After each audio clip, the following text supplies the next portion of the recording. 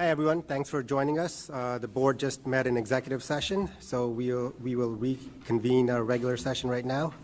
I will start with the statement of public notice. This is a regular meeting of the Board of Education of Bernards Township. Notice of the time and place of this meeting was provided, and copies of the resolution were forwarded to the official newspapers as designated by the Board of Ed and to the Township Clerk, and a copy of the notice was posted on the bulletin board of the Board of Ed offices in accordance with the statute.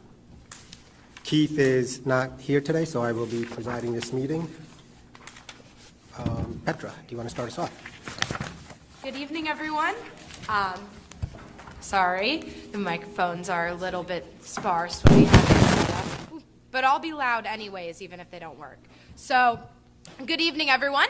I'm really looking forward to tonight's discussion of later start times, which actually started around the time that I was a freshman. So anyone else who's a senior here may have been at that very first meeting, but it's kind of nice to see that it's full circle. And hopefully we can gain some insight into different perspectives and come up with a solution that really works for our district. As for Ridge High School, we are currently operating on a delayed opening schedule due to standardized testing, so some students might be coming in later, some students might be coming in at the earlier time to take the tests. Student government is hosting our elections for the 23-24 school year, so good luck to all of our candidates. We have a really fun in-person voting process, and this year we've introduced I voted stickers, so that's something I'm very excited about.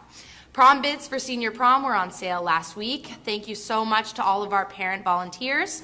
Forensics is going to nationals in Kentucky this weekend, so good luck to them. There's going to be a butterfly fundraiser courtesy of the Green Team.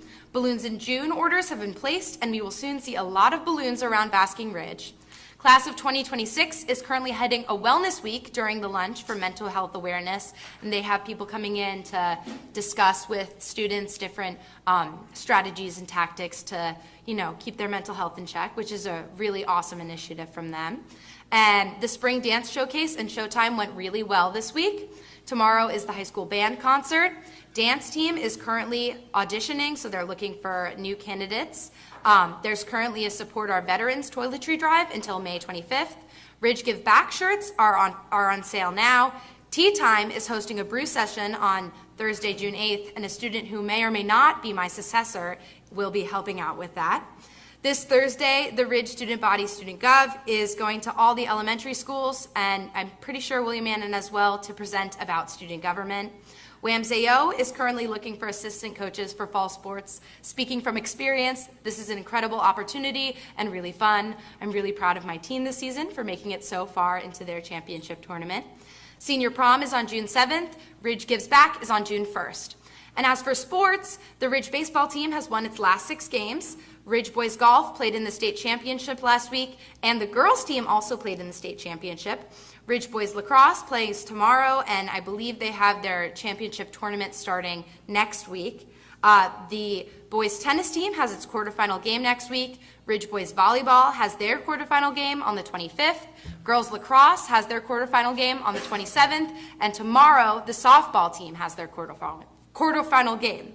There's a lot of exciting things going on at Ridge right now. Students are getting really excited about the end of the school year and summer vacation. So make sure to remind your student that they are loved and cared for and celebrate the end of the school year with them. Have a great evening.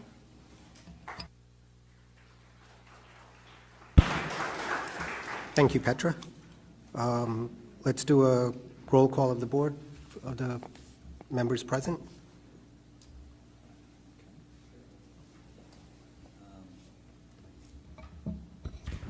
Mr. Salmon? Here.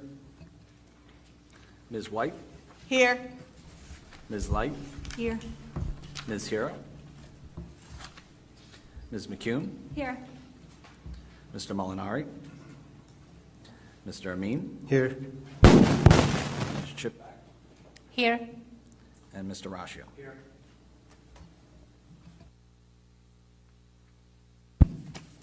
And next up is Mr. Markarian's report.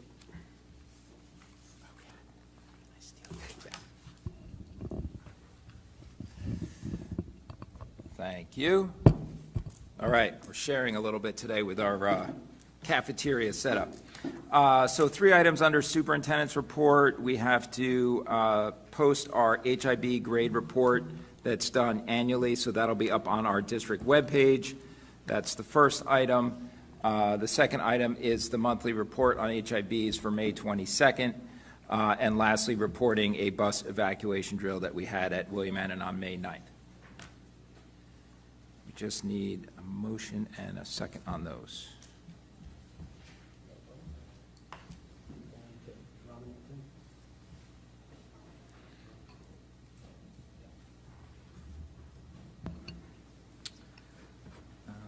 Mr. Salmon?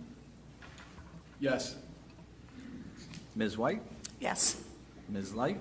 Yes. Ms. McCune? Yes. Mr. Amin? Yes. Ms. Chipak? Yes. And Mr. Rashio? And the next item is the public hearing on refunding of school bonds.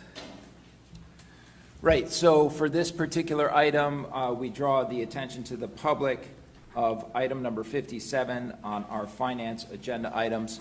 I'll ask Mr. Rollo to speak to this issue a little bit, and then we'll take public comment if there is any on this one specific item associated with refunding of school bonds. Mr. Rollo? Yeah, item 57 is a motion to authorize the board to refinance its 2013 series bonds. The board had already authorized a resolution to refinance the 2012 series bonds last year, and right about the time that the board was preparing to refinance those bonds, market conditions became unfavorable to do so. So this authorization is mirroring that earlier authorization now to do the same thing with the 2013 bonds. At this point in time, market conditions are showing that the board would save the 3% net present value calculation, which statutorily the board shall refinance bonds when there's an opportunity to save at least 3% net present value. It's not much over 3%, but it is the 3%, and it doesn't look like conditions are going to improve significantly in the near term to exceed it by some considerable margin. So the consensus is now is the time to refinance these 2013 series bonds. So as part of the regulation of doing that process, we're required to have a special hearing on just that refinancing option, and that's the reason why it appears with its own hearing item. If there's any other questions.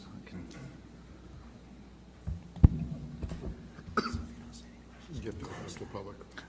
Any questions from the public on finance item 57 specifically?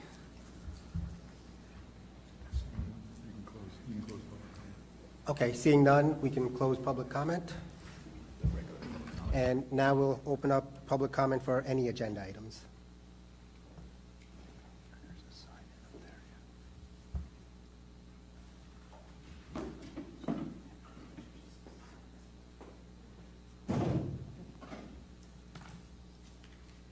Annika Forzani, Don Drive. It's nice to actually see faces. I'm usually further away. So I just had a question regarding agenda item 14, the Finance Committee, bullet point 17, the appointment of the board, a new board attorney. So I noticed we have a new board attorney, and while I understand that you can't share specific personnel details, I'd just like to understand why a new board attorney was appointed. Is this board attorney saving us money in hourly fees? Was there a problem with the past attorney, or is there another reason?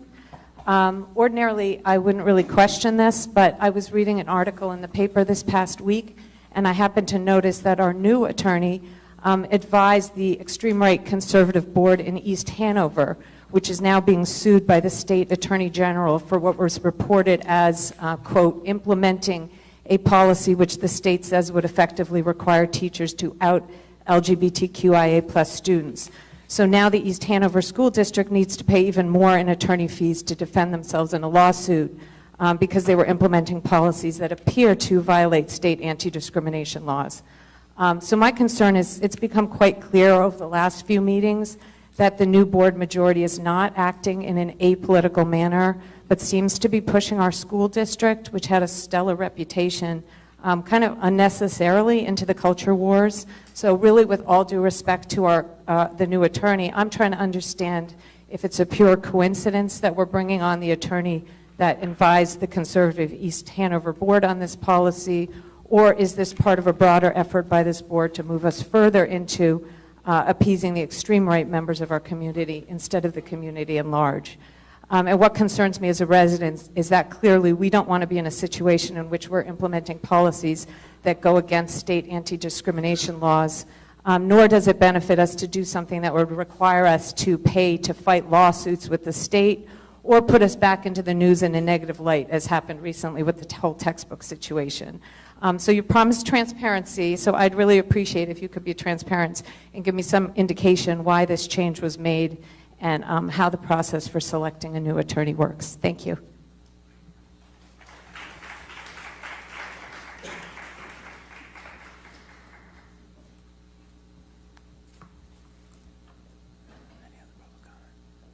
Any other public comments? Not online. Okay. So we can close public comment and go to the approval of minutes. Can I get a motion to approve the minutes? Okay, Kirsten and Jen.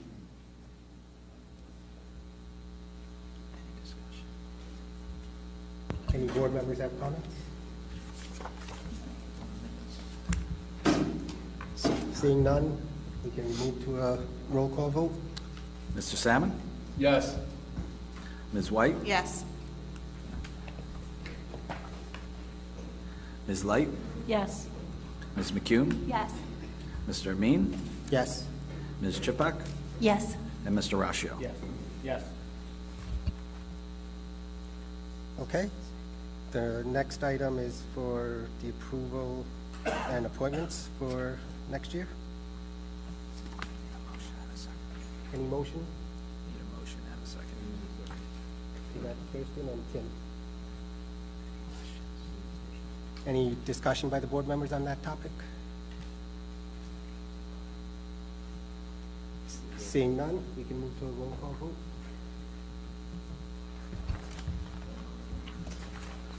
Mr. Salmon? Yes. Ms. White? Yes. Ms. Light? Yes. Ms. McCune? Yes. Mr. Amin? Yes. Ms. Chipak? Yes. And Mr. Rashio? Okay, next we will have the Finance Committee report. Was there one? We just met last week, so I'll report out the next time. Okay. I need a motion and a second. Can we do a motion to approve the finance items? Kirsten? Yeah, you gotta list the number, 1 to 62. 1 through 62 on the agenda. Kirsten and Jen? White? Jen?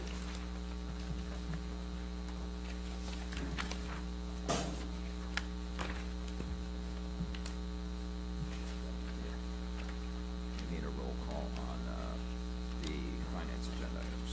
Jen's doing that. Okay.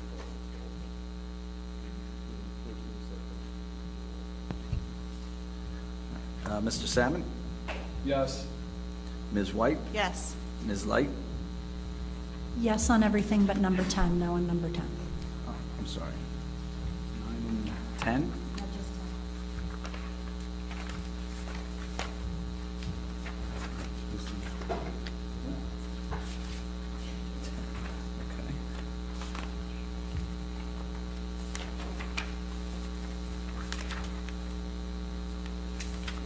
So, from nurse.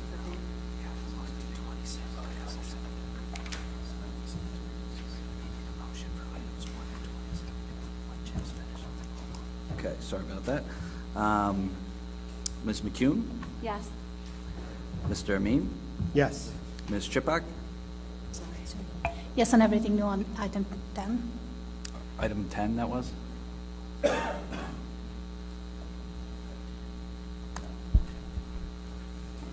And Mr. Rashio? Yes.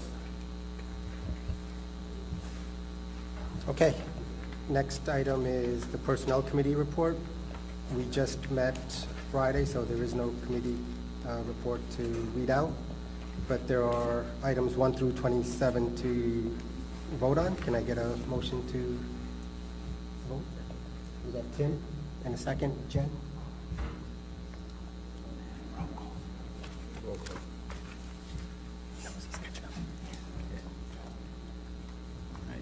Mr. Salmon? Yes. Ms. White? Yes. Ms. Light? Yes. Ms. McCune? Yes. Mr. Amin? Yes. Ms. Chipak? Yes. And Mr. Rashio? Yes. Okay. The next item is the Policy Committee report. Was there one?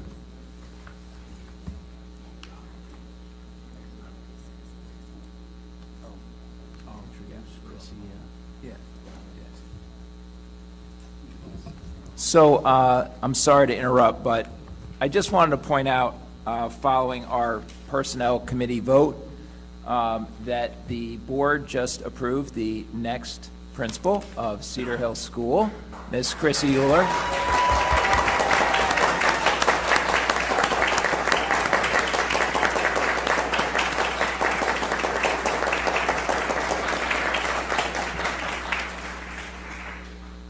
So, Chrissy, you're welcome to say a few words if you'd like.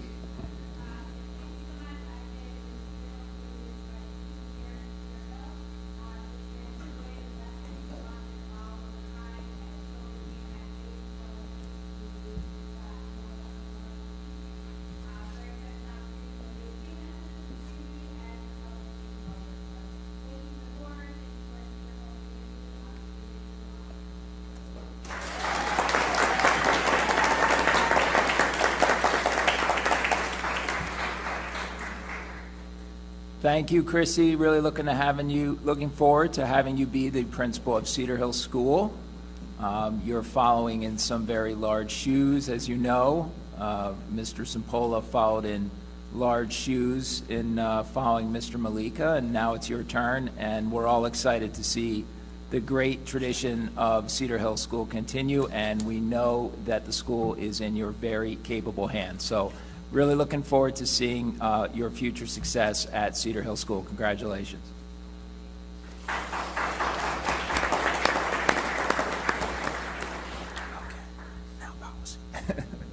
Congratulations, Chrissy. Next item is the Policy Committee report. Okay, can you hear me? The Policy Committee met on May 1st.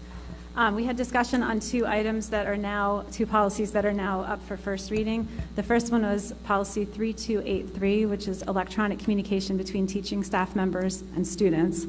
When communicating with students via email, staff members are required to use their district email addresses and students' district email addresses. However, when communicating using other communication systems and apps for sports and activities, it gets more complicated. The policy is written to discourage one-on-one communication, but allows that a staff member might need to provide a direct contact for emergency situations. Any such approval for this should not extend beyond a specific season, field trip, or event or activity approved by the parent or guardian. So to clarify the language in this policy, there were two purposes. One was to make it clear that the policy also includes all adults, including volunteers appointed by the Board of Ed for the activity, and also make it clear that the form of communication needs to be approved by the parent/guardian through a permission slip for the season or event. So Mr. Mercarian drafted language to review for that. The second policy that was discussed at the meeting was Policy 9210, Parent Organizations. Several Board of Education members raised questions about the activities and speech of parent organizations and their leadership, as well as questions about district employees speaking out on issues in the district. The last sentence of the board policy on parent organizations states that the Board of Education shall make it a practice not to interfere in the internal workings of such groups. The groups are separate 501c3 organizations. Regarding speaking out on issues, it is clear that all members of parent organizations and staff members have rights to freedom of speech. During the discussion, it was brought up that parent organizations and events are covered under the district's insurance, and Nick explained that at the first Superintendent's Advisory Council meeting in the fall, he often invites the district's insurance representative to present an overview of requirements and take questions and answers from the PTOs and PEC representatives if they have questions about getting insurance for events. So we also discussed policy 2510, adoption of textbooks, which is on for first reading. This policy was sent back to the committee at the last meeting because the majority of the board wanted to remove a sentence about board approval for a new edition of a textbook that is not substantively different. So there was one sentence removed and language is added to clarify that even a new edition of a previously approved textbook requires board approval. So that updated policy is on for first reading. The policies on the agenda for tonight for second reading none of them were changed since first reading. The only other the one that got sent back that's on for first reading again today was policy 0155, board committees. Board members had questions about how confidentiality about discussions in board committees is handled. This is addressed in regulation 0155, which says that the content of committee meetings is confidential until the minutes are posted or reported out to the public. Board members also had questions about how the board president could assign or change committee assignments once the committees were established for the year. It was explained that if committees need to be changed due to a board member resigning or a change of schedule, the new committee assignments would also be ratified by the board. There was also discussion about the timing of posting of minutes, which is in the regulation 0155. The committee reviewed the regulation again to determine if the timeline was clear and realized that it needed one more revision. So it was clarified what the timing would be for the minutes get sent to the board and then posted before the board meeting that they're going to be reported out on. So this is still going through the first and second reading, but after second reading, then we would start the new procedures, right, Nick? Okay, did any board members have any questions? Okay. Motion to approve? Kirsten? Chilla? Jim? Mr. Salmon? Yes. Ms. White? Yes. Ms. Light? Yes. Ms. McCune? Yes. Mr. Amin? Yes. Ms. Chipak? Yes. And Mr. Rashid? Yes.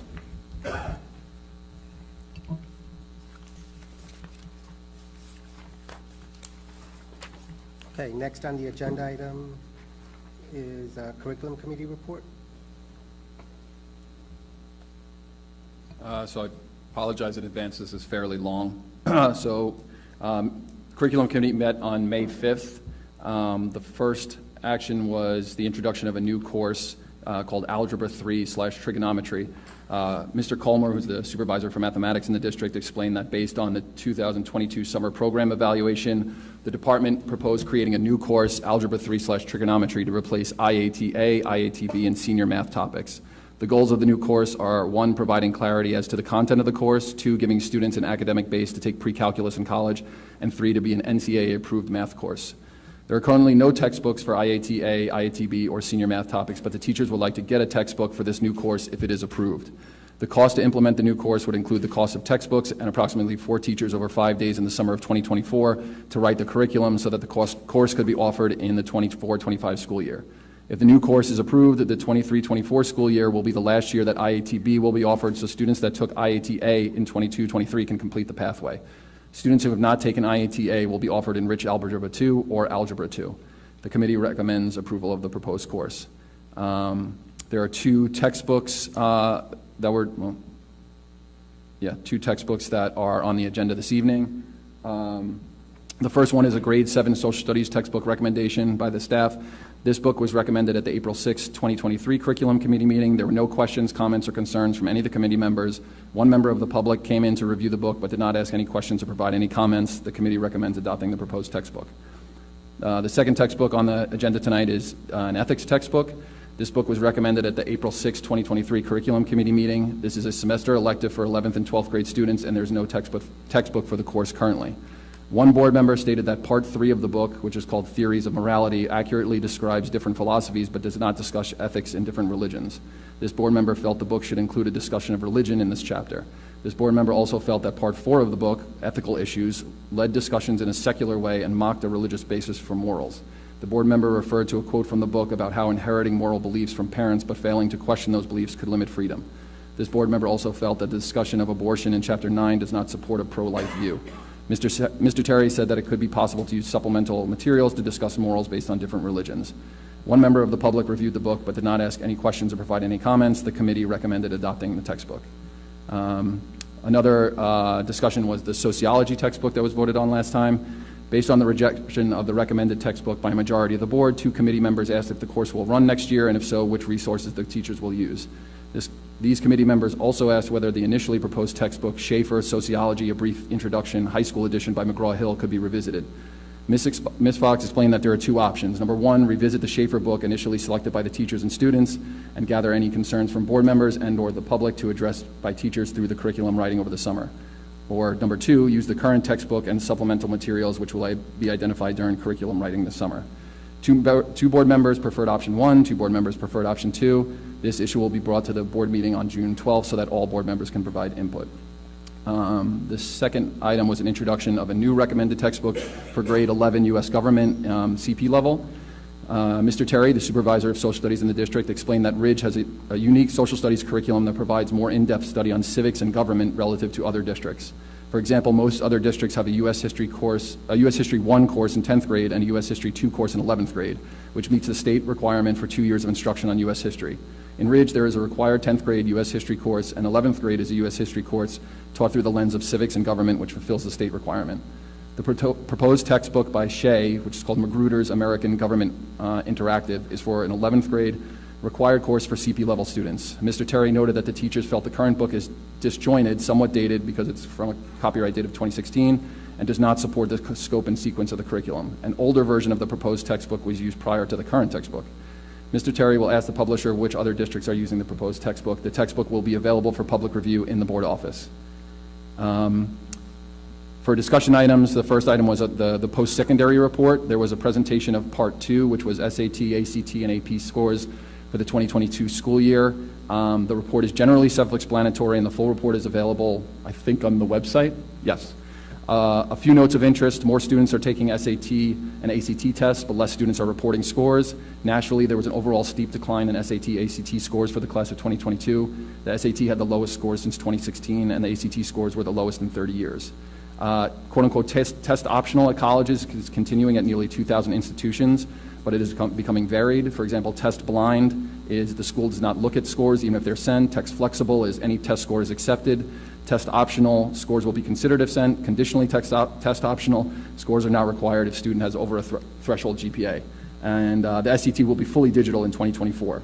One board member asked if there's any correlation between a student choosing the SAT or the ACT and how competitive the students are and which college he or she applies to. Ms. Smith said there was no correlation reported. The next item was the summer reading results from the March Madness Summer Reading Program. Mr. Hunter, the director of ELA in the district, provided a background of the March Madness Summer Reading Program.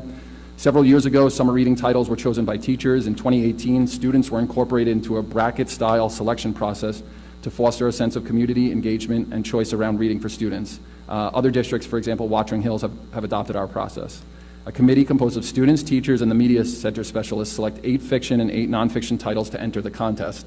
Students that are not on the committee can participate in the initial selection by recommending books and/or attending the opportunity period during unit lunch. Students participate in 2 rounds of voting to select 2 fiction titles and 2 nonfiction titles. The results of the students' votes are Hidden Pictures by Jason Rulak, The Inheritance Games by Jennifer Lynn Barnes, The Best We Could Do by Thi Bui, Think Again, The Power of Knowing What You Don't Know by Adam Grant. In late May, all parents and students will get a memo with the titles. Students in CP courses choose one of the books. Honors AP students choose 2 of the 4 books. There are no changes from prior years to the additional titles required for junior and senior honors and AP courses. Summer reading books can be obtained from the Township Library for physical and ebooks, private purchase, and district lending.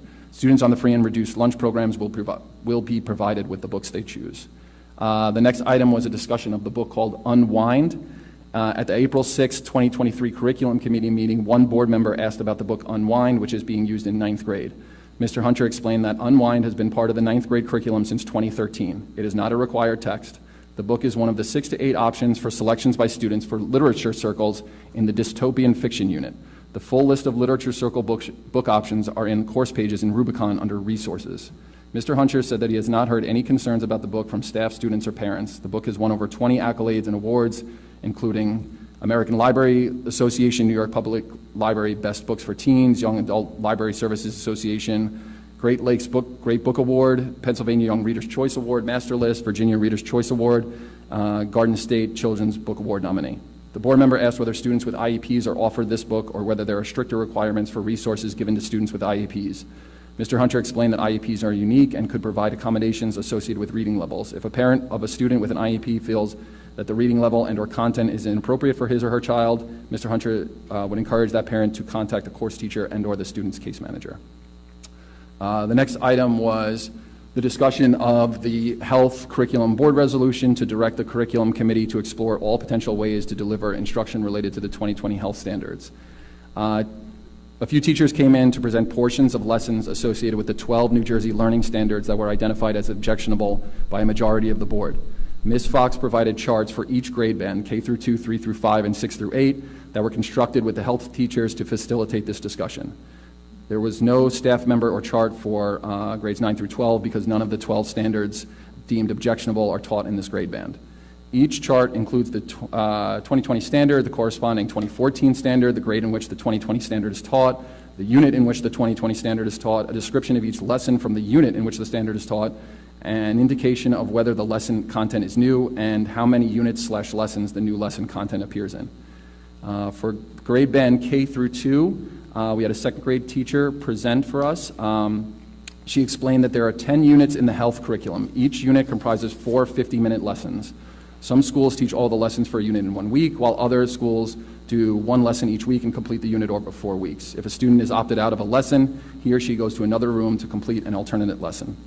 The teacher explained the following for each of the standards deemed objectionable. The first standard, objectionable standard, is list medically accurate names for body parts, including the genitals. The teacher explained there's no content associated with the standard taught in K or 1. In second grade, this standard is linked to 4 different units: how you think, which discusses parts of the brain; your heart, small but strong, which discusses parts of the heart; my skin and me, discusses how to keep skin clean; and when I feel afraid, which discusses private parts. In lesson 4 of the When I Feel Afraid unit, the teacher says the private parts are buttocks, anus, penis, testicles, vulva, vagina, nipples, breast. Most of these body parts are covered by our underwear. This is read from the teacher manual of the Great Body Shop. It is not in the student edition. The next standard that was objectionable is defined reproduction. Although this standard is new, the lesson content previously used meets the standard, so there's no change in lesson content. The term reproduction is not used. In kindergarten, the concept of reproduction is taught in the healthful food unit in a discussion about plants growing from seeds. In second grade, the concept of reproduction is taught through a discussion of newborns and how they grow and develop into adults. The next objectionable standard was discuss the range of ways people express their gender and how gender role stereotypes may limit behavior. There is no new content associated with the standard taught in kindergarten or first grade. In second grade, the teachers discuss gender expression and gender role stereotypes. For example, only boys can play sports and only girls can dance. This is not new. The new content is a discussion about the importance of treating everyone with respect to address teasing based on stereotypes. One board member asked whether parents can see the classroom materials in advance. The teacher said yes. At the beginning of the year, all the materials are made available to parents, and then the materials are resent prior to the beginning of each unit. Another board member asked whether parents can see the teacher's lessons materials. The teacher said yes on the Great Body Shop website, which parents have access to. Parents can always contact the classroom teacher to discuss the units, the lessons, and/or the lesson content. For grade band 3 through 5, we had a 5th grade teacher present. She explained that in 4th grade, most schools are doing 1 50-minute lesson per week, so 4 weeks will complete a unit. In 5th grade, lessons are taught consecutively over 1 to 4 days due to platooning. If a student is opted out of a lesson, she goes to another room to complete an alternate lesson. The teacher explained the following for each of the standards deemed objectionable. The first objectionable standard was explain common human sexual development and the roles of hormones, for example, romantic and sexual feelings, masturbation, mood swings, timing of pubertal onset. There's no new content associated with the standard taught in grades 3 through 5. Masturbation and romantic sexual feelings are not discussed. In 4th grade, one lesson in the Be Cool, Be Clean unit discusses hormones as chemicals that control functions in the body and can affect mood. There's discussion of puberty as lasting 4 to 5 years, happening at different times, and the importance of personal hygiene. In 5th grade, one lesson in Unit 5, Those Crazy Mixed Up Emotions, discusses hormones in the context of puberty, crushes as being normal, and managing emotions through communication. 2 lessons in Unit 6, Growing Up, discuss the endocrine system, body changes during puberty, and reproductive organs, the ovaries, the testes, and cells, egg, and sperm. The next objectionable standard was describe gender role stereotypes and their potential impact on self and others. There's no new content associated with the standards taught in grades 3 through 5. Very similar to the K through 2 discussion on stereotypes, girls' sports versus boys' sports. Kids have to identify stereotypes. Can girls do male jobs like construction? Guidance counselors also discussed lessons on stereotypes. The teacher said that a boy student talked about his hobby of crocheting, and students were very excited to learn about it. The next objectionable standard was differentiate between sexual orientation and gender identity. There is no new content associated with this standard taught in grades 3 and 4. In 5th grade, 2 lessons in Unit 6, Growing Up, discuss gender from birth as a male or a female, gender, quote-unquote, gender identity as how one thinks and feels about themselves, and gender-specific stereotypes. For the grades 6 through 8 grade band, 2 teachers presented. Health is 1 full marking period, which is 10 weeks at WAMS. Units are 1 to 2 weeks long, and the number of lessons per unit varies. Each lesson typically takes 1 to 2 days. Materials for health are sent to parents at the beginning of each marking period by the student's teacher. If a student is opted out of a unit, she goes to another room to complete an alternate lesson for the unit. The teachers believe that the opt-out in 8th grade cannot be any more granular than a by-unit opt-out because the content related to standards is interwoven throughout the unit, and invariably discussions and student questions implicate multiple standards. The teachers explained the following for each of the standards deemed objectionable. The first one, objectionable standard, was describe pregnancy testing, the signs of pregnancy and pregnancy options, including parenting, abortion, and adoption. This is not taught in 6th or 7th grade. It's taught in 8th grade, Unit 1, Biological Reproductive Systems, Unit 2, Cycle of Life, and Unit 3, Abstinence and Contraception. There is no lesson on abortion, but if it comes up in conversation, the teacher explains the difference between abortion and miscarriage, in that an abortion is an elective procedure. Topics that come up in conversation, excuse me, students may share that they have been adopted, and students ask how couples have babies if there is no fertilization, which leads to a mentioned discussion of IVF. The second objectionable standard for 6 through 8 was to differentiate between gender identity, gender expression, and sexual orientation. This is not taught in 6th or 8th grade. In 7th grade, Unit 6, Sexuality, Identifying Identity, Expression, and Sexual Orientation, the teacher explains that identity is who the person is, and their expression helps the outside world understand who they are. The goal is to have students be accepting of each other and non-judgmental. This is typically a 1 to 2 day teacher-led discussion with Google Slides. Teachers define terms for the students, for example, cisgender, transgender, etc. This is not new material. The next objectionable standard was develop a plan for the school to promote dignity and respect for people of all genders, gender identities, gender expressions, and sexual orientations in the school community. One board member said that the majority of the board found this standard objectionable only because it specifically calls out dignity and respect for all genders, gender identities, gender expressions, and sexual orientations, and does not simply say that the plan should promote dignity and respect for all people. The teacher has explained that no new material is being used for this standard since it overlaps with multiple other standards. The next objectionable standard was identify factors that are important in deciding whether and when to engage in sexual behaviors. This is not taught in 6th or 7th grade, and no new material is used in the lessons for 8th grade. There are discussions on abstinence, contraception, proper steps of a relationship, and emotional and social challenges of sexual decisions. The next objectionable standard was define vaginal, oral, and anal sex. This is not taught in the 6th or 7th grade. In 8th grade for Unit 4, Disease and Illness Prevention, the teacher says that vaginal, oral, and anal sex are ways that individuals can contract STDs. From the teacher, there's one sentence and everyone moves on. Students do a research project on STDs, and the introduction of these terms helps them understand ways STDs can be transmitted. The last objectionable standard, identify the state and federal laws related to minors' access to healthcare services, including pregnancy and STIs/HIV prevention, testing, care, and treatment. This is not taught in 6th or 7th grade. In 8th grade for Unit 4, Disease and Illness Prevention, the standard relates to the research project that students do related to STDs. Ms. Fox said there have been 281 responses to the Family Input Health Survey in Genesis and 221 responses to the community survey to date. The committee recommended closing the health survey on June 30th. There was a separate discussion about one board member wanted to know if the board can see the list of summer curriculum writing projects and get information from the teachers during the summer to know the direction that the curriculum will go. Ms. Fox explained that the summer curriculum projects were provided to board members with the agenda for the April 6, 2023 Curriculum Committee meeting and also in the minutes for that meeting. If any board member has any questions, concerns, or comments about any of the projects, she can provide them to Ms. Fox to give to the staff. One board member asked Ms. Fox about any state mandates that may be coming. Ms. Fox explained that information about the promulgated standards are on her website under curricular mandates. Ms. Fox also explained that prior to implementation of a mandate, a review is performed to determine whether the curriculum already meets the mandate, and if not, what needs to be added. And that was it.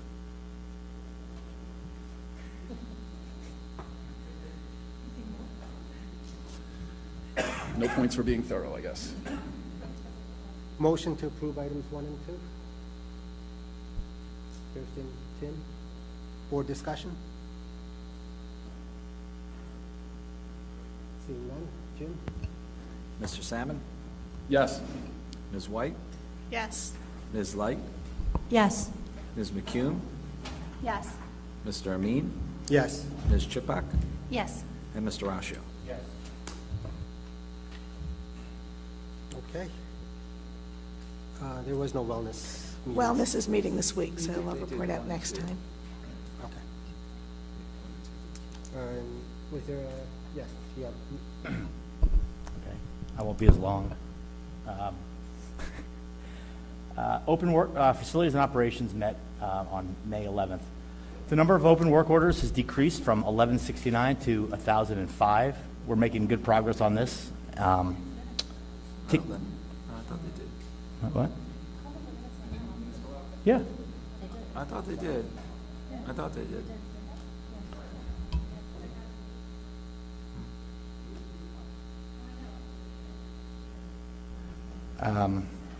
Okay, so Aramark manager feedback. Dave, our Aramark manager, expressed dissatisfaction with 3 of the 6 maintenance workers we have.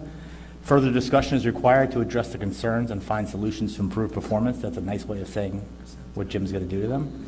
New metric for closed orders. A new metric has been developed measuring closed work orders per overtime put in. This metric, were we good or no? We're good? I think, yeah, it didn't go to the full board. Oh, I'll distribute them to the full board, okay. ASAP. Should I stop reading it?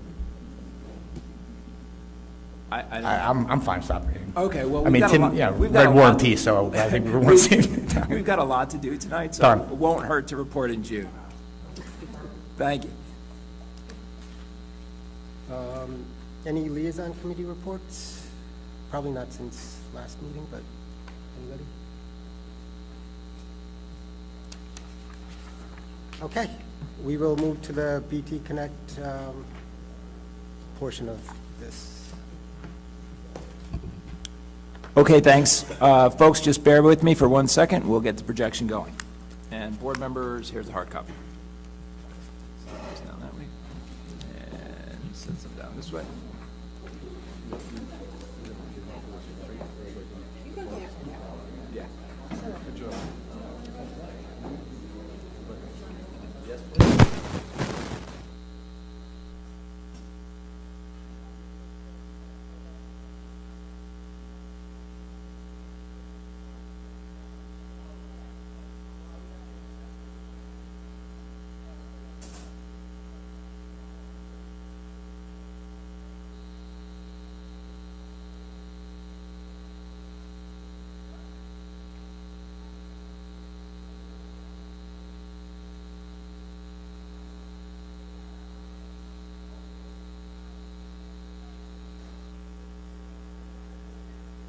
You could do the paper now if you want while I'm getting this going.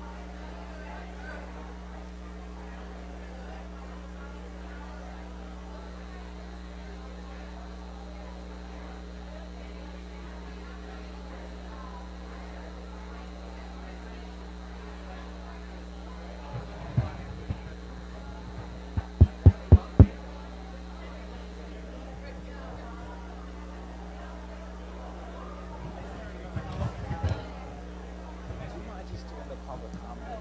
Do you mind just for the public comment? Okay.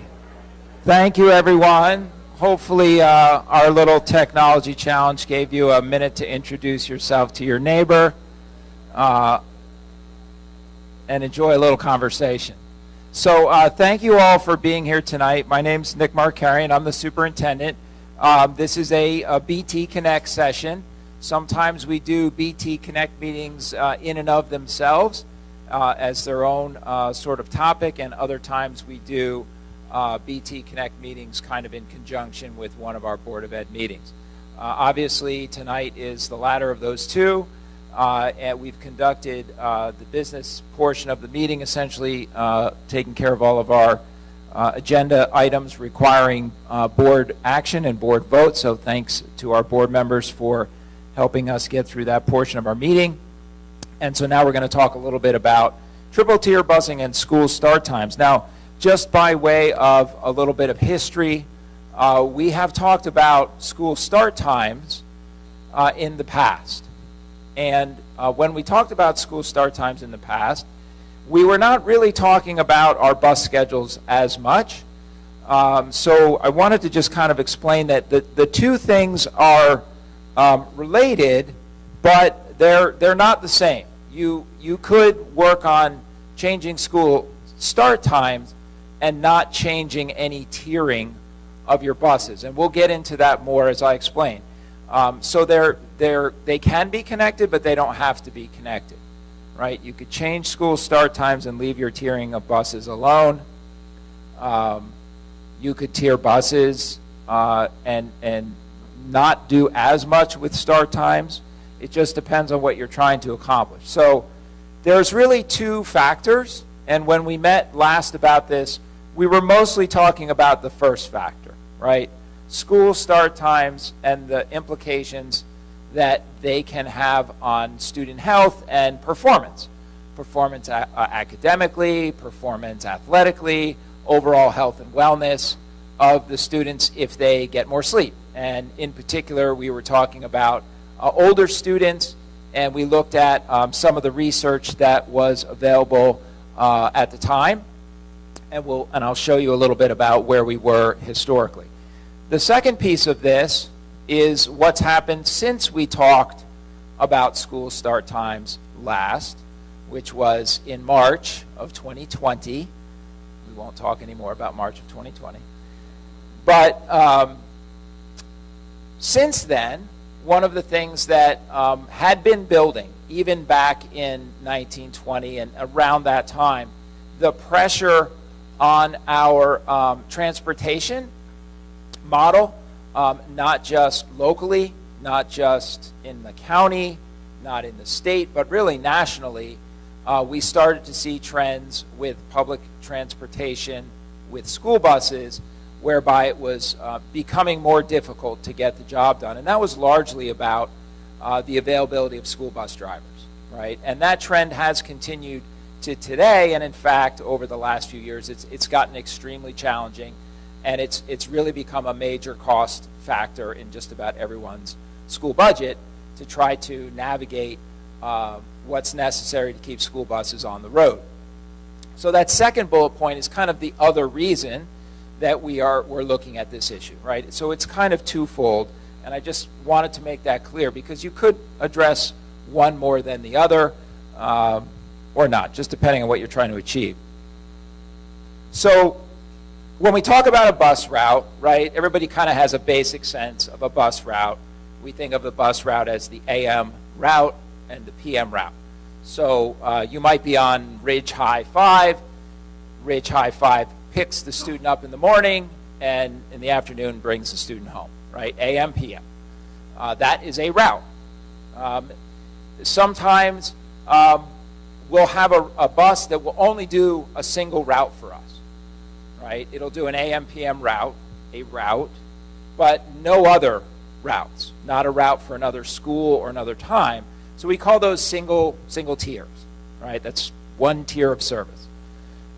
Sometimes, depending on schedules, a bus might serve two schools at different times, right? Obviously, it can't really do one school at one time and a different school at the same time, right? Typically, that doesn't work. So a bus like Ridge High 5, since Ridge starts very early, might then later in the morning go out and pick up students for Cedar Hill School.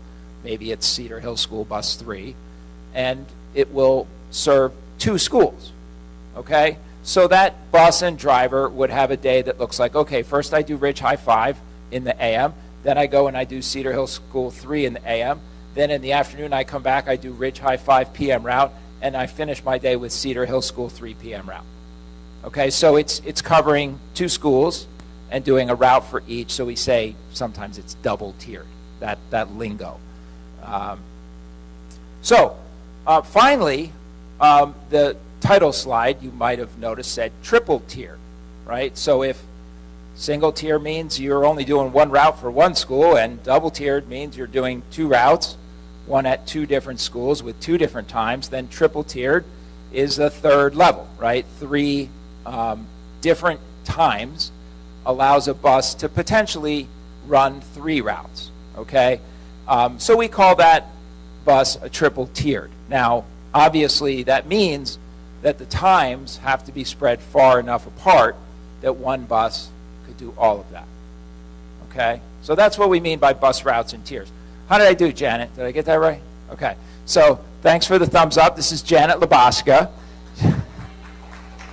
Janet's name has been on the bottom of the SOS Express for a really long time, because if you have a problem with your bus, you call Janet or you email Janet. So thank you so much to Janet. Janet's been with the district for a couple years now, and she's really instrumental over in the board office handling our transportation issues. So I asked Janet to join us tonight, and she's doing her best to keep me out of trouble, which is no easy task. So thanks again, Janet. All right. So where are we now? So we basically right now, these are our current times and how long our school day is. And you can see that because the high school and the middle school are basically starting at the same time, they sort of represent one tier, right? You can't really handle a bus full of middle schoolers and use the same bus and fill it with high schoolers. You could do things where you're maybe trying to put high schoolers and middle schoolers on the same bus, but because all the kids have to get to school at the same time, it doesn't necessarily reduce the number of buses that you need to get all those kids to school. So that really represents one tier, because the schools are opening within 10 minutes of each other, right? And then some of the buses that are doing that first tier, that first start time, they go out and they do elementary runs, but not all of them. So, and therein lies our inefficiency, right? We have roughly 50 some odd buses that are doing Annan and Ridge all at the same time. They're running around in the morning, the beginning of the day. But we only need about 25 or so more to do the elementary school run. Okay, so your opportunity for one bus to do extra runs is diminished because of that structure. Okay, so it looks like this for our budget plan for next year. It may not play out exactly this way, but we have anticipated probably what's going to play out to be about 30 routes next year that'll be single tier, and 26 that will be double tier. And you can see the explanation, right? Because of the way our schools are set up, we really end up in a situation where in that first run in the morning, we have a lot of buses on the road that are not needed for the next run, because we don't need that many buses for the next go-around when we get to the elementary time. All right, that's where we get the inefficiency. Okay, so this just lets you know where we stand financially. Our budget for next year is almost $5 million for the to from in-district routes. So what that means is to from means back and forth from your house to school, and in-district just means for our 6 schools. Okay, this budget does not include what would be necessary for busing students if they're going to a school that's not in the district. Okay, it's the to from in-district budget. So I mentioned that I would remind you a little bit of the history, and so I'll put this presentation online for everybody. We'll get this out to you. But these links are all still on our website under the BT Connect portion of our website, and they kind of go back historically to where we've been. You see, I mentioned that March of 2020 was the last time that we talked about school start times, and again, the conversation was mostly about school start times. And we talked a lot about what the rationale was. We looked at some information in prior presentations on January 13th.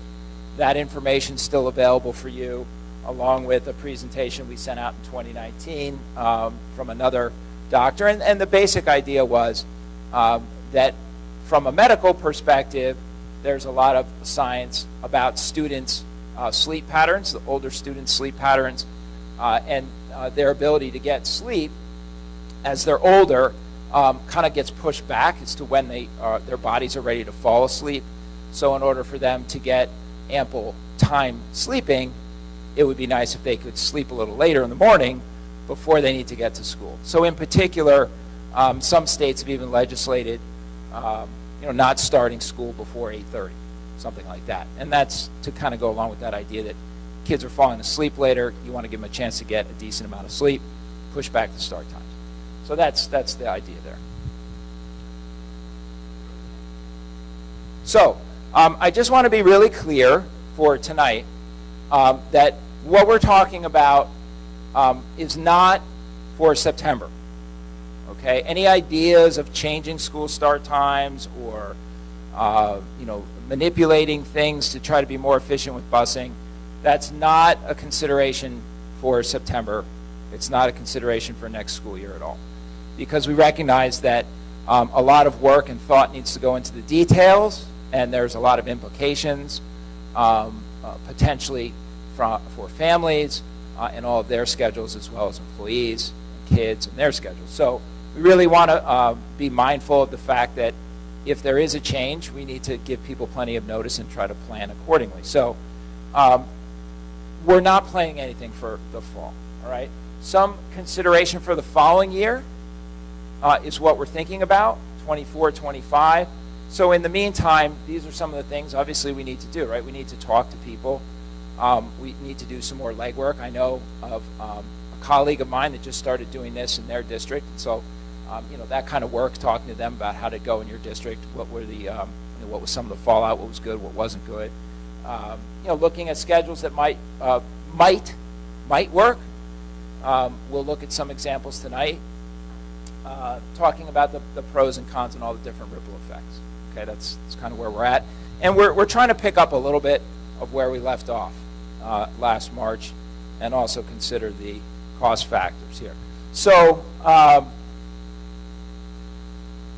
this is what I was talking about when I was saying that you could change things to maybe help one issue but not necessarily the other. And I'm going to give you guys some hard copies of these so you can just think it through. Thanks. Yeah. And again, please, these are just like idea time, right? Brainstorming time. Here's a scenario, right, where if you push start times for the high school and the middle school back, right? You could kind of flip things around a little bit and make the high school, right, sort of that place that uses buses one time, right? And make that your single tier, and then share the buses between the elementary school and the middle school. But that doesn't really do anything for us on a financial perspective because it gives us the same problem that we have now, which is, we're running a lot of buses for the elementary and the middle school, right? And then, you only need to reuse some of those for the high school, right? So in a scenario like this, you have all these buses running at the elementary and the middle schools, and then maybe you're using the middle school buses to try to do the high school run, right? So something like that, again, still creates the same problem with the two tiers. The other scenario, same problem, you would have the elementary and the high school potentially running together, and then the middle school is a standalone. So it's creating the same problem. You know, you could play around with those times, but it still doesn't help you with your costs. So in this scenario, I just threw a few things up here as different ways of what triple tiering would look like. So current model, right? Some single tier buses and some double tier buses. That's what we have now.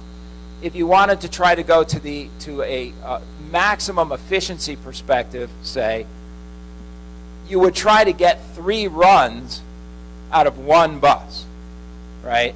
That would be nice from an efficiency perspective, but it means you have to spread things out quite a bit in order to do that. So these are just spitballing some ways that you might be able to spread things out. You know, somebody has to go early, 7:20, 7:25, and somebody would have to go much later, 9, 9:15, something like that, which of course is going to push the afternoon dismissal time close to like 4 o'clock, right? But if you're trying to use a bus 3 times, you need to spread out enough to make it work. So I asked, Ms. Fox just ran around and gave you ideas, so you could, I just gave you these scenarios so that you can think and we could take notes later. So I tried to think a little bit about, well, right now we have a lot of single routes and some double routes. Really, really pushing it would be to try to get to 3 tiers, which may be possible, but maybe it's not palatable because of the time spread. So I thought, well, maybe there's a way. Is there any way to just try to get to all double tiers? Okay, so this is kind of crazy in its own way, but in order to get to all double tiers, you basically need to take all the routes that you need to run and try to split it so that you have an equal number that are needed at one time, and then the same number that are needed an hour or so later, right? So if you think about our buses, we need to run 25 routes for the high school. We need to run 25 routes for the middle school. And we need to run 25 routes for the elementary school. Well, that doesn't like split in half very well, right? 25, 25, 25. But you could look at the 4 elementary schools, and 4 can be split in half pretty well, right? 4 divided by 2 works. So potentially, maybe there's a way where we could think about, well, if we took 2 elementary schools, if 4 elementary schools need 25 buses, then 2 elementary schools probably need like 12 or 13 routes. So if I take 2 elementary schools on this schedule with 12 or 13 routes and 2 elementary schools on that schedule with 12 or 13 routes, and I match them with 2 25s, maybe I can do like 25 plus 12 or 13 and get to 37 or 38 buses, and then reuse those 37 or 38 buses a second time to do the other 2 elementary schools and the high school or the middle school. See? It's easy. Now you know what I did all day on Sunday. All right. So I hope that sort of makes sense. I gave you a hard copy so you can kind of, takes a while to kind of think it through, like, maybe that would work. I don't know. But something to, like, process. That idea might have some merit. But, of course, the wacky part is, which would be a little weird, and I'm not sure if we could make it work, but we could think it through. Maybe it's an idea. You would conceivably have 2 elementary schools starting at one time, and your other 2 elementary schools starting at a different time. So I don't know if that would be like insanity or not, but we could think it through. Maybe it's got some potential. And then your elementary group paired up with the high school, and the other elementary group paired up with the middle school. So let it soak in. All right. So how do we achieve cost savings, right? So the one thing is to try to maybe help, especially our older students, have an opportunity to get more sleep, right? That's the one thing. And then the other thing is, can we save some money, which would really be helpful because the cost of busing is just like, whew. It's going nuts. So in a double tiering scenario, so right now we're estimating that we need 56 buses, right? If we have 26 buses out there doing 2 tiers and 30 buses out there doing 1 tier, that's 56 buses, right? So if we're able to get rid of some of those singles, right, take a couple singles, combine them, and make that into a double, that will get rid of one of the buses that we need. Every time we could take a couple singles and find a way to let one bus do both of them instead of having 2 buses with 1 each, that's going to save some money, right? So that double tiering scenario in the model I just attempted to describe might get us to like 37, 38, maybe up to 40 buses, which is a lot less than 56. And then the last one would be if you try to go with the 3 tiers and spread the times out enough, if we could get that to work, we could probably go even lower and maybe save another 10 or so buses, right? So that could represent a very, very significant amount of money. We're talking about, right now, Mr. Rowe and I were looking at our budget for a single tier route is $81,000, but the way the buses get priced, it's like your bus and driver, whether it's doing 1 or 2, is the same cost, right? Whether it's single tier or double tier. So if you can get rid of a single tier, it represents some pretty good savings, potentially. Now, you say to me, well, Mr. Markarian, how much is it exactly? I can't tell you. And the reason is because you have to procure the services, you have to get pricing. When we go to bid for transportation and you describe what you need, hopefully you get good competition and lots of people will come to you with pricing, so you get good competition, and then you know really what it costs. So that's the cost savings piece of this. All right. So normally what we do, kind of after just sort of get the basic idea of what we're trying to process, is help us by giving lots of feedback and writing down your thoughts. So I know, I think Ms. Fox and Mr. Syed helped me get a piece of paper out. And what we do with these is as you talk and you think about the handout that showed you a couple possible ideas, you might see something and be like, oh, well, he didn't think of this, or what about that? And you could make a note. Maybe we could try this. And oh, yeah, that's a good idea. We'll look at that. So those kinds of things, if you think of something as you're talking about things, you could make a suggestion that way. Maybe you looked at this and said, that'll never work because of X, Y, and Z. Have you thought of that? So anything that you can help brainstorm at your tables would really be wonderful. And what we normally do is we collect back all the feedback and we write it up, and then we share it out as sort of our public comment on the meeting. And we'll do public comment too at the very end, but we'll take your notes as public comment too, and we usually do a little share out at the end. So the VOTEC schedule, I looked at that. They typically start about 7:50 a.m. at the VOTEC, so we have to think about that. How would that work if we change our times? How do we navigate that? Traffic, maybe we could make traffic better if we separate things a little bit. Maybe you look at one schedule, it's like, oh, that would be really good. If we did that, that would make drop-off easier because these 2 schools would be spread out by like 40 minutes. Maybe there's something you see there as a win.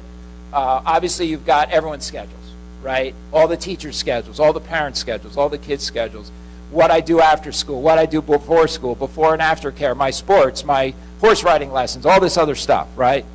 My daycare, right? My children, when I have to pick my kids up from school in my other district. So those are big issues for people, right? They work and they have to go get their kid. We've been there, right? So those are all the things to kind of think about as you look at the different things, and you brainstorm, you talk, you make notes. Okay, so we are at 8:25. Maybe we give this about 20 minutes, talking at tables, making notes, brainstorming, and then we'll come together at 8:45. Okay? Yes, there should be more of those. I will look. Thanks.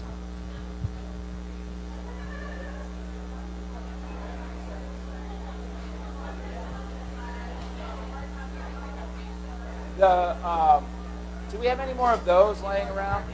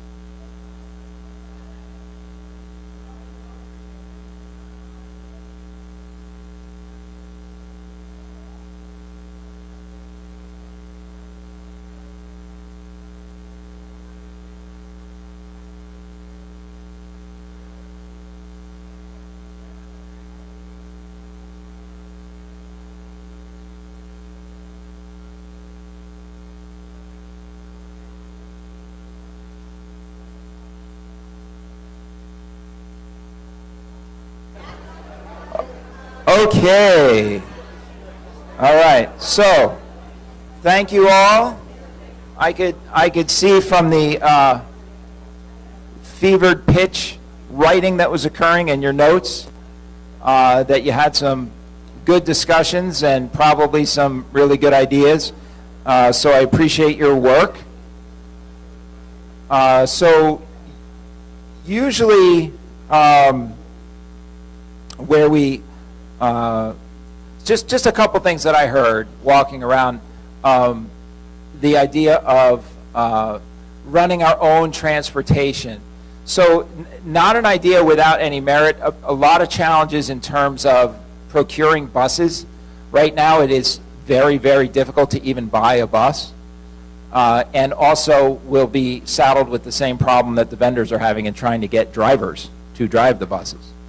And not necessarily more cost effective if we have to take on health benefits for drivers too. So not an idea that isn't worth thinking about, but not one that is immediately attractive either.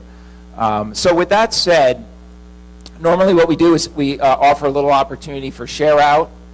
And I would just ask that maybe if we go around the room, if someone from your table wants to share a couple of ideas, if somebody has shared something, thought of something, and already reported it out, and your table doesn't have anything new they want to add to the mix, maybe just pass the mic, and we'll try to get around the room and share out some ideas.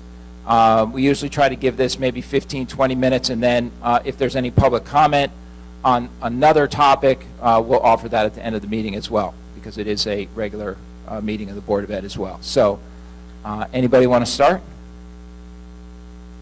Oh, I see a hand. We'll start here and pass the mic.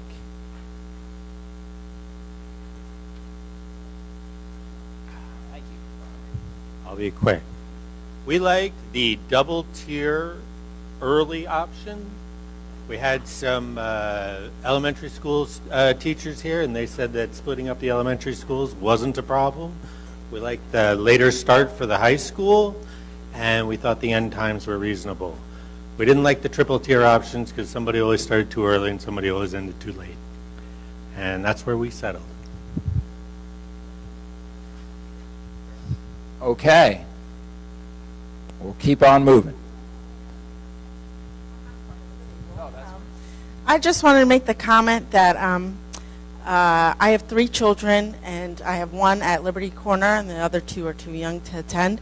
But I just wanted to say that I really value family dinner. My husband usually doesn't come home from work until about 7:30, and I really enjoy the time I have with all of us together, and I know there's many benefits to that. And with a start time of 7:25 in the morning, it would make it extremely difficult for me to be able to continue that tradition with my family. Also, I would imagine it's very difficult for the teachers as well, especially if they live far, to come and drive and commute and get their classrooms ready and make copies. I mean, they'd have to be up very early. So I'm sure as well for the staff and teachers, they would appreciate perhaps a later start time. Thank you. You did sign it. Do you mind? Thanks. Thank you. Thank you. Anyone else want to take a turn? This table. Okay. I will attempt to summarize our table. We had a nice diversity of views. I think I'll try to hit on 3 big ones. There's a big question on what is the impact for the elementary schools, the impact of before and after care, costs for families, kids having to do more and more, staff needed, etc. There was a mix of discussion about how late the high school could start and what would the benefits of them sleeping in versus if they do get to start later and families are not there to get their kids out of the house to school, what would be the impact of kids who come in late. And then there was the ideas for different costs, noticing how many buses are not used or kids who are bused get dropped off anyway. How can we assess that and I guess optimize busing? Thank you. None of the above. No firm consensus. Okay.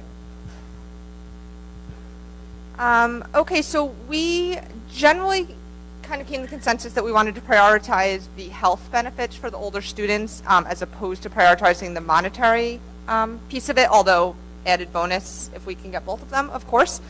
We were more likely to settle on a 2-tier because we couldn't seem to find an option with 3-tier that didn't require somebody to come to school very early. We wanted the elementary students to be the earlier start time and the high school students to be the latest of the start times, but we thought 7:25 was going to be way too early for elementary, especially our little ones at 5, 6 years old. For a lot of the parents at the table, were concerned that that would bring it to like a 6:45 bus time, which was going to be very difficult with young kids, even though they were awake and buzzing around the house. It might be a lot for parents to get them out, still dark out, things along those lines. We talked about aftercare being a significant possible concern. At elementary, it would likely increase the number of students going to aftercare quite a bit, and could the district feasibly service all those students without having a need to cap it at any of the elementary schools, which would be an issue for working parents. I think that kind of starting at 9:25 is not a good option. We underlined that one. We just thought it was too late for working parents to have their children at home that long. It would also increase the before care quite a bit. Yes. Good. All righty. All right, thank you. So I think we just made the connection that a lot of Ridge High School kids work in the aftercares in the elementary schools. So changing start times, that would just be a consideration if we would lose those high school kids to working in the aftercare. We also talked a lot about the mental health connection to enough sleep, including suicide ideation, decreasing with more sleep for some of our older kids. So that's a big thing. We talked about how difficult it is to teach high school kids first period. While the rotation drops helps, it's not the end-all be-all. Sports, is there enough lighting if the kids are having to play sport games later? If one bus is late, then it's a domino effect for all the buses. Parents of really young kids that are up early but are not moving quickly and they can't dress themselves, that's going to be even a more challenge. Pulling athletes from the end of the day from more than one period of class, maybe like they have to miss 2 periods of class to get to their away game. And do we have to separate geographically, like Cedar Hill and Ridge obviously can't be together. And I have to say, I really feel like separating the elementary school's start times is going to be a disaster. I feel like that would reflect on the real estate, actually, of the town. Like the parents are going to pick and choose what sending district they want to go to based upon what time the elementary school starts. And having the elementary school starts at different time does not allow for equity, which has been pushed a lot in the elementary schools this past year. So I don't agree with elementary schools starting at different times. Thanks. Thanks. Okay, thank you. Hey guys, how are you? My name is Natalie. Thank you guys for all being here, by the way. I really appreciate all of the support, especially from kids from our school. So we actually have been part of a project for like a year now. We have been the chosen winner, part of this project called Project Citizen. We have been making our project about sleep deprivation, and one of our biggest solutions was making, restarting the start times for school. So one of the biggest solutions that we have was actually having sleep education within our school, at least for juniors within the 11th grade. We actually have that in the curriculum already. I mean, there's a lot of personal experiences that I can contribute to this, but students learn about why and how is it to prioritize sleep, and this helps by avoiding distractions and honestly improving our sleep quality. I know for myself, when I learned it in my health class for about a week or so, my sleep improved like crazy. In addition to switching the school start times for elementary and high school, we totally agree with that, as that was one of our biggest solutions. Obviously, as you were saying before, other districts have been implementing this already, and this has been improving academics, attendance, test scores, and overall health. Even when it comes to this health before, you guys were talking about health, thanks. Younger children produce more melatonin, so earlier, so please, plus these guys have less homework, so getting this school start time to start later for them, this would align with their biological schedule, so it would help everyone. When it comes to, obviously, the finances, which you guys were talking about was the biggest issue, even though this won't be the main help, but obviously advocating throughout the media and having better marketing, we can probably get the whole town and other districts to probably help us by, I don't know, having a social media campaign, showing our research, and hopefully partnering with like local news channels so we can get more finances with this. Thanks.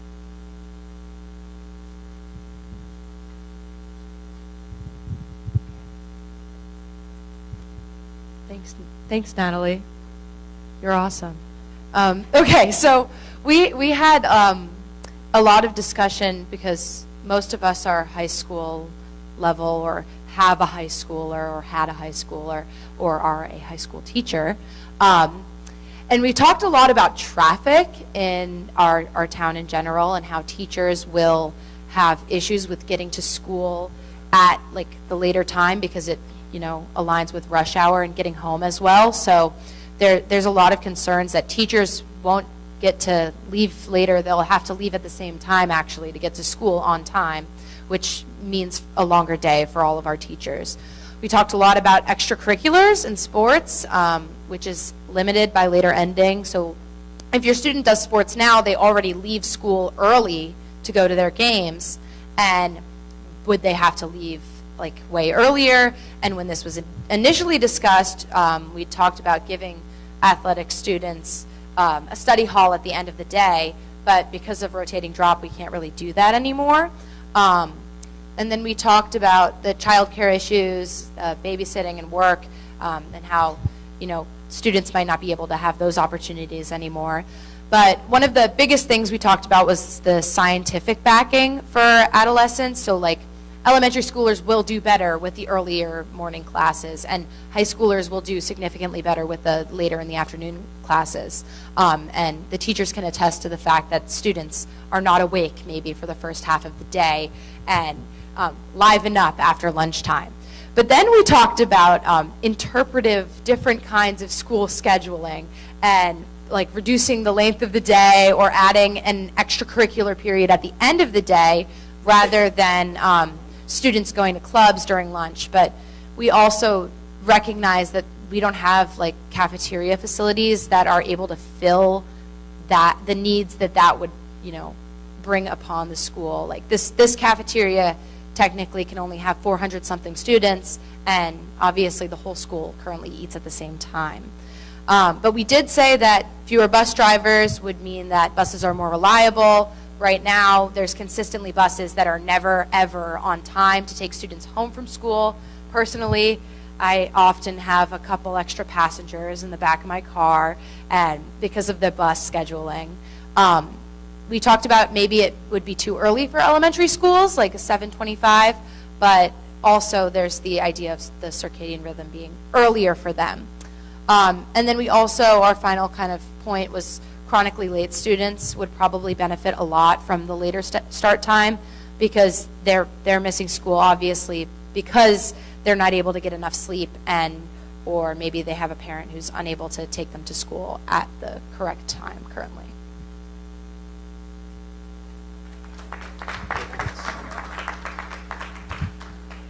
Okay, how we doing? I see finger pointing, but okay.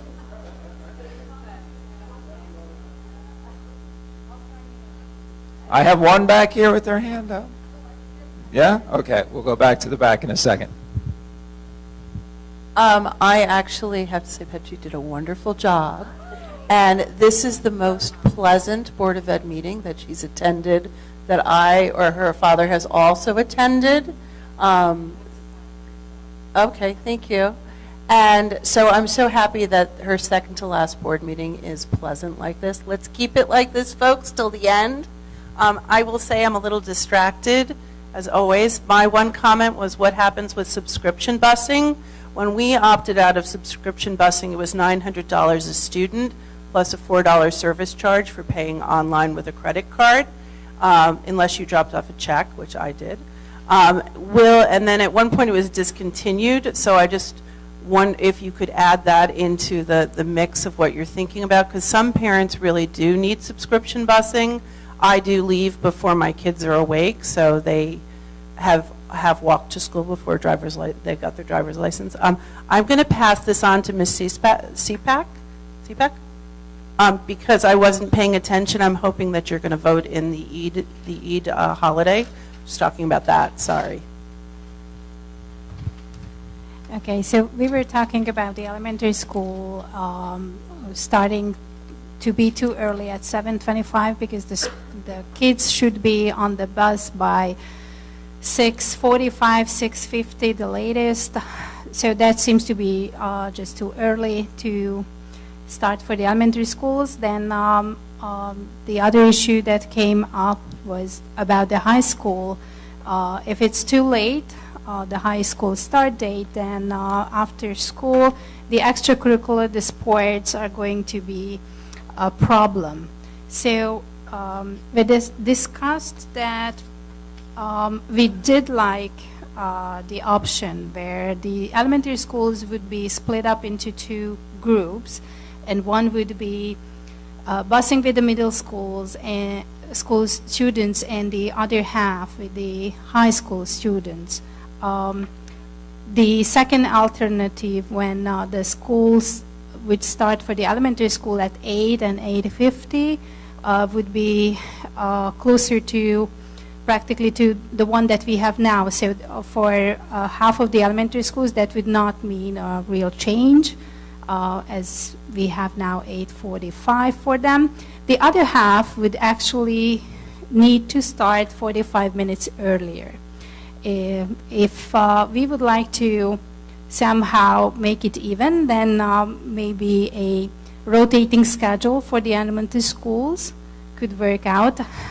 We discussed that probably would be better to have the high schoolers, in that case, start at 8 a.m., which would mean about half an hour more in the morning, but give a little bit more time after school for the sports.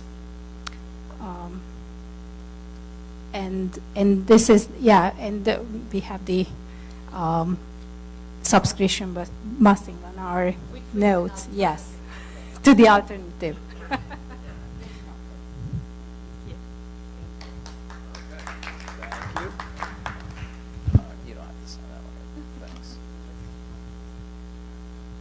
Okay, so I'll hand back here.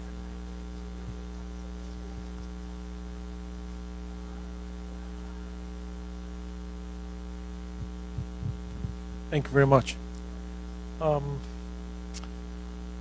First of all, congratulations of bringing us again back where we were 3 years ago. So, and I do believe that most of the folks here do agree that the whole thing we're talking about tonight is the health of the high schoolers. Is there any objection over that? No. So we can move to the next level, and that's it. That is, how do you improve that? There will definitely have to make changes. Our existing system is not set for what we're trying to achieve, and I think everyone is trying to figure out what's the best way forward, and I think that's something we can all agree. But unless we have some clear targets, there's no way we can see what's best. So if the mental health and the sleep and deprivation that the high schoolers now have to go through is the priority, then your last alternative, giving them 8:50 at high school, seems to be the best way forward. How do we get there with all the implications, with the teachers, with the middle school, with the elementary schools? We know we'll have to go around it, but unless we start setting a target, there's no way we can find the best solution. For those who have done through math, you optimize your scarce resource first, and then you work around everything else. And I'm sure everybody will think there are other ways we can do double, single, triple. Obviously, the best way would be to have one bus for each school, all single. So we would need about 70 buses in the morning, right? But we don't have that. So let's get the high schoolers as late as possible as we can. That's what we are here for. That's what we're paying for the school. That's why we have all the services, for them, not for us, not for any of the servants of the students. Then we can try to figure out how we can do that, because we will definitely have to change the things in the school system. Maybe we need to have accessibility earlier, so the school is open. If some parents want to drop off their kids earlier, they must have that possibility. If a high schooler needs to come earlier because the parent has to go to work and has to drop him or her off, there must have been some place where the kid can go if it doesn't want to take the bus, or if it cannot take the bus. So we have to work around all these things, but we have to have clear in our mind that all we need to do is get them more sleep, get them here in the high school as late as possible, then optimize after that. Thank you very much.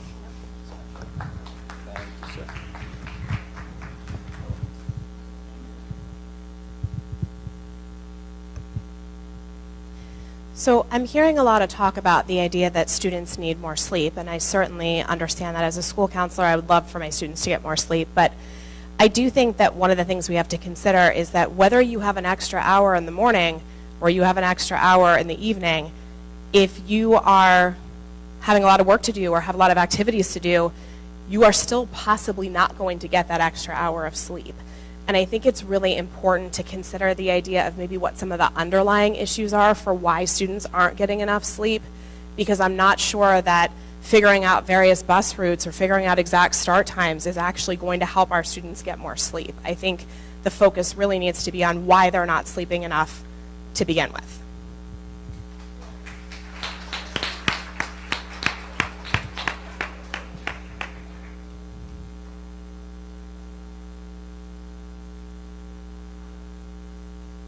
Okay.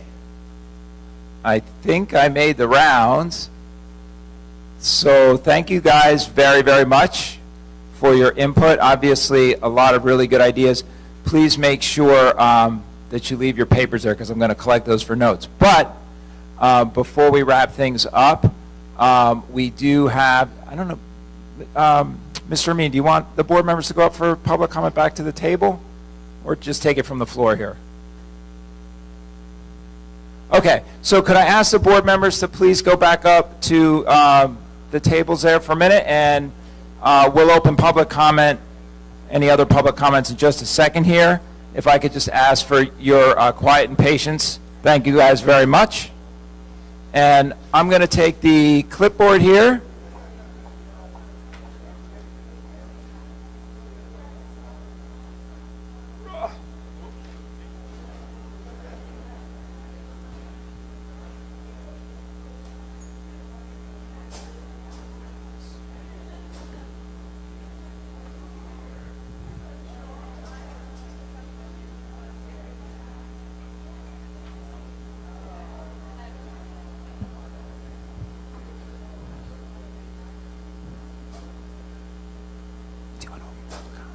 Okay, so for those of you that might be here, I know we might have some folks here for public comment besides the topic of the BT Connect, but thank you for everyone that signed in for your public comment on BT Connect.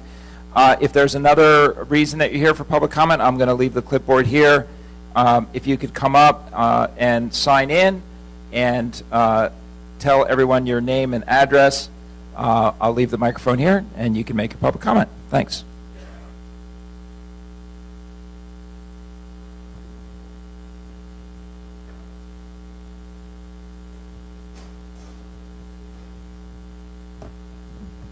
Good evening, everyone. I'm going to shift gears here for a minute. My name is Dr. Sophia Chata, and I reside at 6 Carnegie Place in Basking Ridge, and I have been a resident of Bernards Township for the past 24 years. I'm here tonight to ask the board to adopt Eid as a day off in the academic calendar.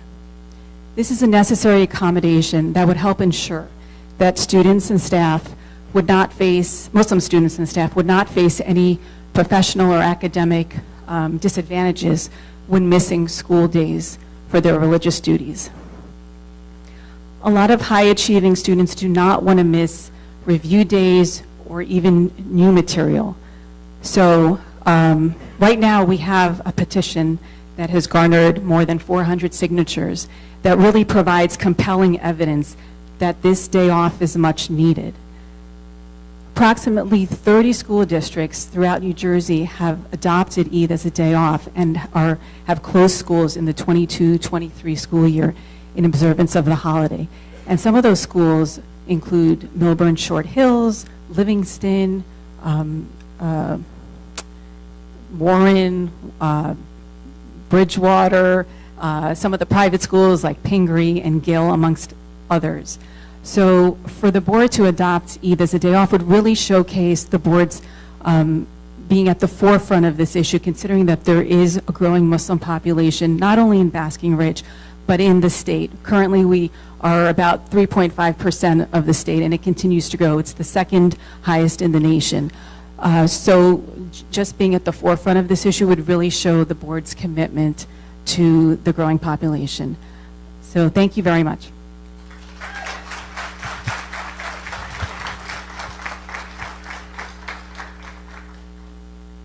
Hi everyone, my name is Mariam Khan and I reside at 39 Georgetown Court. Thank you for letting me speak. I've been a student in the Bernards Township school system since 2010, even attending preschool at Mount Prospect School. According to my calculations, this means that I've had to take 17 days off for Eid throughout my school career. I vividly remember my second grade teacher asking me why I was absent the day before, to which I responded that it was Eid. She thought I said read, asking whether I took the day off to read a book. With this in mind, you'd think that Eid is a holiday celebrated by a small minority of people in a remote part of the world. However, Eid is in fact celebrated by 2 billion people worldwide, and in New Jersey, the Muslim composition is about 5%. For reference, the Hindu community comprises about 3%, and the Jewish community about 6% of New Jersey residents. Now you may be asking, where do we draw the line? Some may argue that allowing Eid to be a holiday would open the floodgates. But personally, I think that asking to have off for the second most prominent religion in the world is not a large ask. Throughout my time in the district, I think that the township has done an amazing job of making me feel welcome, and I truly feel that I belong here. I've continually asked my peers, however, why my holiday is not as important as theirs, and I urge you to change this. Make Bernards Township a place where students can freely observe their holidays and where their peers can acknowledge their holidays. For future students like me who have yet to pass through the doors of Mount Prospect School, William Annan, and Ridge High School, you all have the power to change this by paving the way for a more inclusive and a more compassionate future. Thank you.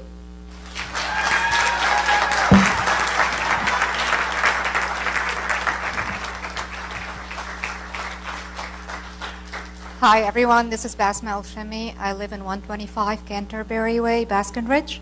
I'm a resident of Baskin Ridge for 7 years. I'm here also to request that we add Eid to the calendar. I'm a mom of two, a girl in the high school and a boy in the middle school. When my son was in 4th year, the end of year field day overlapped with our Eid.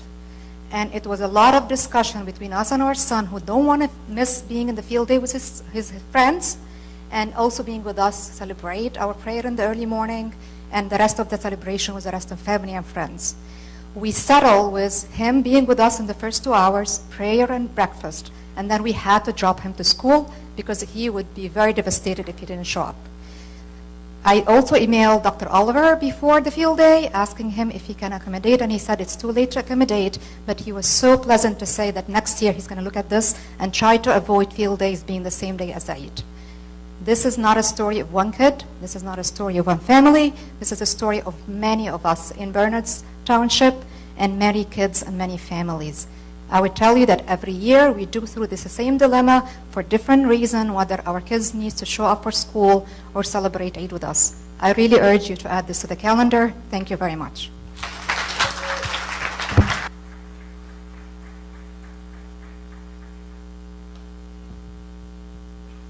Good evening, everyone.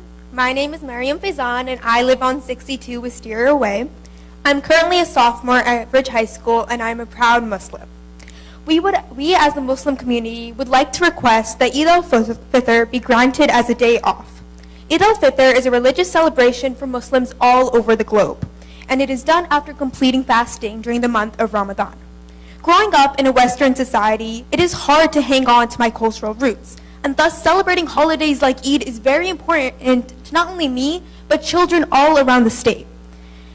It is also important to acknowledge that because my religion is not granted the right of having school off like others, I find myself behind my peers, being forced to take off school, causing me to miss important tests and assignments. It is unfair that I am put at a disadvantage because of my religion. Our nation, our town, and our school believes in equality. We not only accept our differences, but we celebrate them. Because of this, I urge you as the board to put Eid al-Fitr in the next agenda for the meetings. Thank you.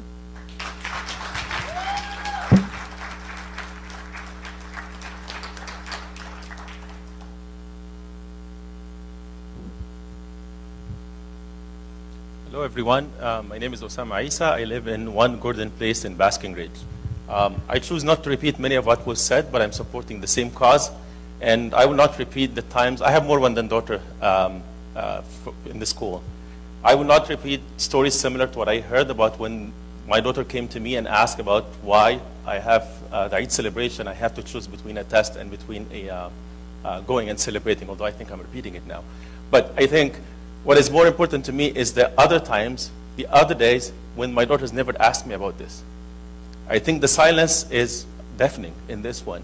We speak about diversity, we speak about equal representation, and we should practice this. Anytime we are going through Eid and they have to go to school and they don't question this, or they have to go through this, it's honestly disheartening.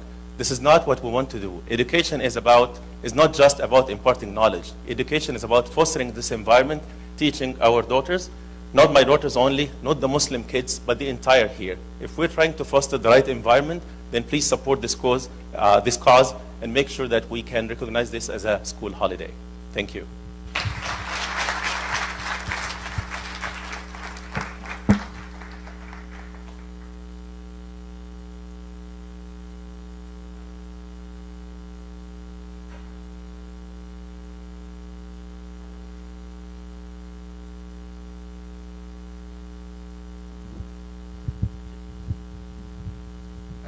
John Pettit from 65 Cross Road.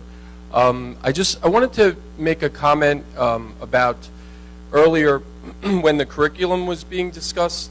I don't know if I'm just like old-fashioned or something, but it seemed kind of like disconcerting to hear like a lot of almost like vulgar like profanity.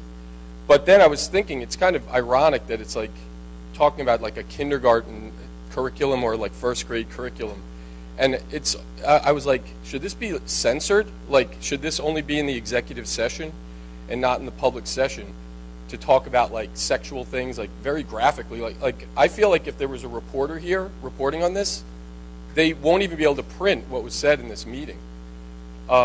So I don't know if I'm just old-fashioned or what, but I think that, first of all, I think it calls to mind whether or not the curriculum is a little out of whack on that type of stuff, if we can't even really discuss it without kind of making people feel dirty and disgusted about just hearing it. So it's just my comment. Thank you.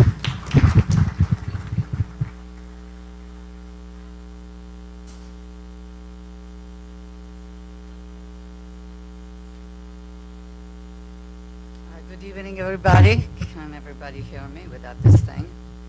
I'm Fiorella Bologno with Stone Road. I'm talking tonight as a parent and number one as a teacher. I've been in the district for 16 years. I want to number one thank you, the members of the board, Nick Markarian, Mrs. Fox, Mr. Syed, for everything you have done, for the support you've given us.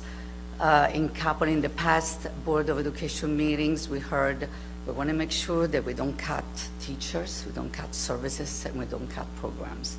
And that's wonderful. So thank you so much for all of you. I would like to also talk about the importance of learning a foreign language. I'm Italian, right? I came here.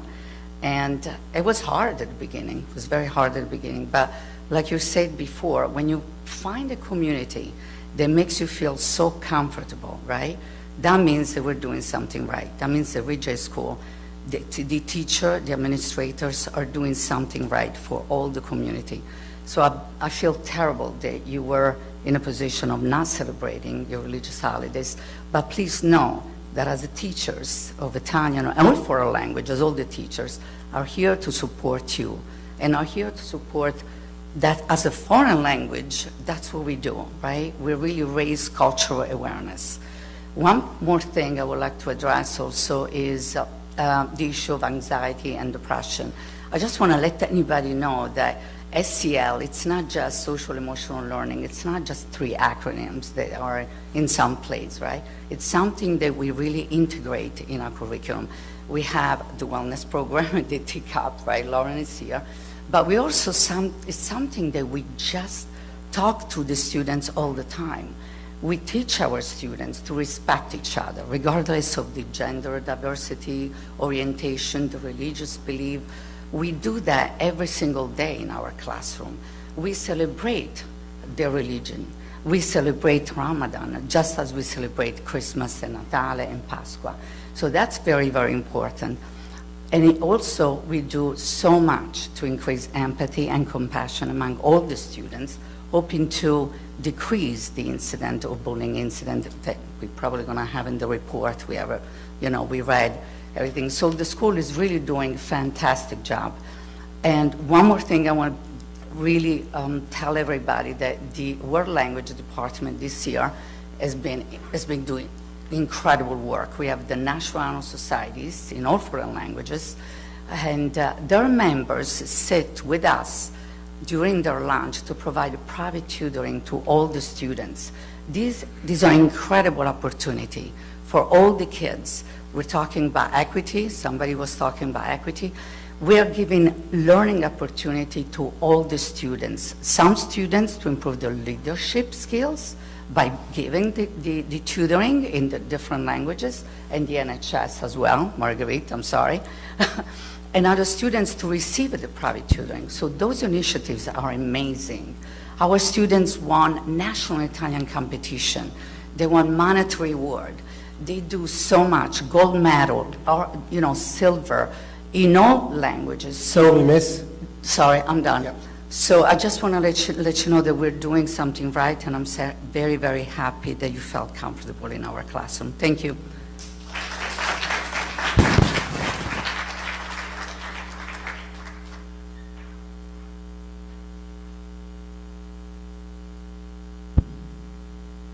Anyone else for public comment? Okay, we will close the public comments. Oh, there's something online, okay.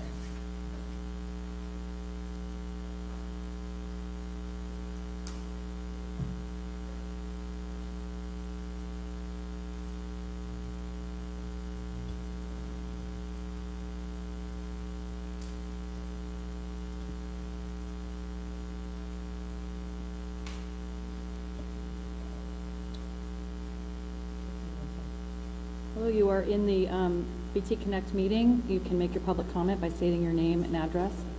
Making your comment, you need to unmute yourself.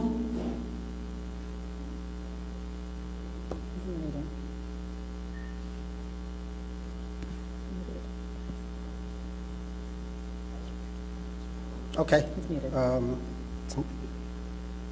Doesn't seem He's like we're muted. getting the comment. Yeah. Okay.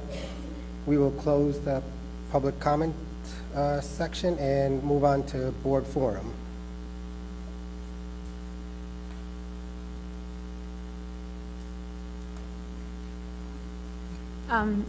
So I chair the policy committee, so I wanted to see if the board members are interested in having the policy committee discuss the calendars and adding this holiday. I think just for the public's understanding, the calendars are set 3 years out. We have a policy that says we have to approve them out that far in the future.